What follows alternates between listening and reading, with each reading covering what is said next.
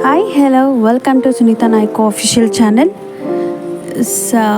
ನೋಡ್ತಿದ್ದೀರಲ್ವಾ, ಕಡಲೆಕಾಯಿ ಚಟ್ನಿ ತುಂಬ ಈಸಿಯಾಗಿ ಮಾಡ್ಬೋದು. ಇವತ್ತಿನ ವಿಡಿಯೋದಲ್ಲಿ ನಾನು ಹೇಗೆ ಸಿಂಪಲ್ ಆ್ಯಂಡ್ ಈಸಿಯಾಗಿ ಒಂದು 5 ಮಿನಿಟ್ಸಲ್ಲಿ ಹೇಗೆ ಇದನ್ನು ಪ್ರಿಪೇರ್ ಮಾಡಬಹುದು ಅಂತ ಈ ವಿಡಿಯೋದಲ್ಲಿ ತಿಳಿಸ್ಕೊಡ್ತೀನಿ. ಬನ್ನಿ, ವಿಡಿಯೋ ಶುರು ಮಾಡೋಕ್ಕಿಂತ ಮುಂಚೆ ಪ್ಲೀಸ್ ಲೈಕ್, ಶೇರ್ ಆ್ಯಂಡ್ ಆದಷ್ಟು ಸಬ್ಸ್ಕ್ರೈಬ್ ಮಾಡಿಕೊಂಡು ನೋಡಿ ವಿಡಿಯೋನ.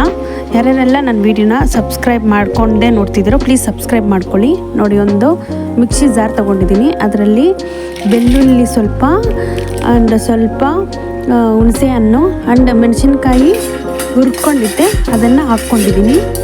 ಮತ್ತು ಇವಾಗ ಶೇಂಗಾ ಅಂದರೆ ಕಡಲೆ ಬೀಜ ಚೆನ್ನಾಗಿ ನಾನು ಹುರ್ಕೊತಾ ಇದ್ದೀನಿ. ಅದು ಈ ಥರ ಚೆನ್ನಾಗಿ ಹುರ್ಕೊಂಡ್ಮೇಲೆ ಮಿಕ್ಸಿ ಜಾರ್ಗೆ ಹಾಕ್ತೀನಿ. ಸ್ವಲ್ಪ ಹಾರಕ್ಕೆ ಬಿಟ್ಟಿದ್ದೆ ಹಾಗೆ, ನಾನು ತುಂಬ ಬಿಸಿ ಬಿಸಿಯಾಗಿತ್ತಲ್ಲ, ಹಾರಕ್ಕೆ ಬಿಟ್ಟಿದ್ದೆ. ಮತ್ತು ತೆಗೆದು ಮಿಕ್ಸಿ ಜಾರ್ಗೆ ಹಾಕ್ತೆ. ಆಮೇಲೆ ಸ್ವಲ್ಪ ಉಪ್ಪು ರುಚಿಗೆ ತಕ್ಕಷ್ಟು ಹಾಕ್ಕೊಂಡು ಮಿಕ್ಸಿ ಜಾರ್ಗೆ ಕುಕ್ಕರ್ಗೆ ಹಾಕ್ಕೊಂಡೆ.